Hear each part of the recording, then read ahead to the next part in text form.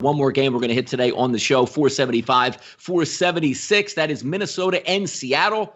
6 out of every 10 tickets here coming in on Russ. That defense is really banged up, but it just doesn't seem to matter. It's opened up at 7. We're now sitting at 7s across the board. A ridiculous high total, which I kind of get the feeling that it goes over outside of some, monsoon up in Seattle. And quite frankly, it's a turf field. Even a monsoon, you're not going to be able to get near Russ with his gigantic hands and able to just throw darts down the field. Sometimes I think the weather might not even come into play, even if there are weather conditions.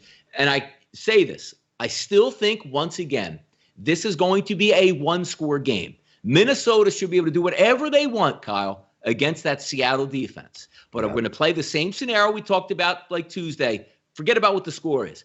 33-30. 3 minutes to go in the game. Seattle on their own 25. You should have a stop with a chance to win or push it to overtime, which would give you that 7-point victory.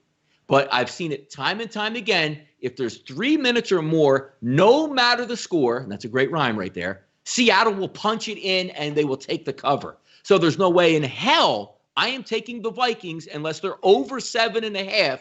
But I know that scenario's coming up. Seattle's up a couple points in the fourth quarter. You should have this in the bag for Minnesota. And Russ just pulls off a 3rd and 19 bomb to beat you. It happens all of the time. Yeah. Look, I'm at a loss for words going up against Russell Wilson. I had 2 wins in my pocket, and he stole them in the fourth quarter from me again. So that's the way I see it. Yeah, I can't put any money on Minnesota. I know they covered last week against Houston. That was just a train wreck of a Houston team, and that ended up costing me some money. But even though that Seattle secondary is banged up, have we really seen enough out of Kirk Cousins and Adam Thielen? Like, what do they have outside of that in the passing game? Now, we know they're going to try to run the football with Dalvin Cook and Alexander Mattison, absolutely. But so Adam Thielen, B.C. Johnson, Irv Smith, Kyle Rudolph, this is who's supposed to torch a Seattle secondary with a 45% chance of rain? I mean, there's always a 45% chance of rain in Seattle, but it could be some wet conditions. I know there's no 12th man fans there, but this is a game where I'm looking at the team totals. I actually like the team totals for both teams.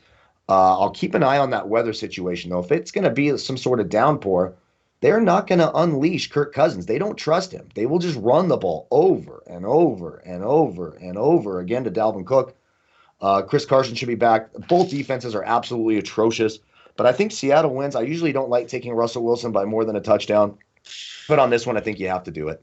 No, and I'm in complete agreement with you. Like, you try to still stay in the numbers that you like, and 7 is a ridiculous number for Seattle, the way they play defense, and you like the fact that Minnesota is bouncing back on offense. They will be able to score. One of the most explosive players in the NFL, Dalvin Cook. They have some really good wide receivers with the young Jefferson kid and Adam Thielen. They will move the football, but I can't tell you how many times I see it where Russ just pulls it out repeatedly. From a loss to Joel's a victory come in. Boop, boop. Thanks, guys. I got all my batters right here in my hand, and we're all going to win this game. So we'll see how it takes place.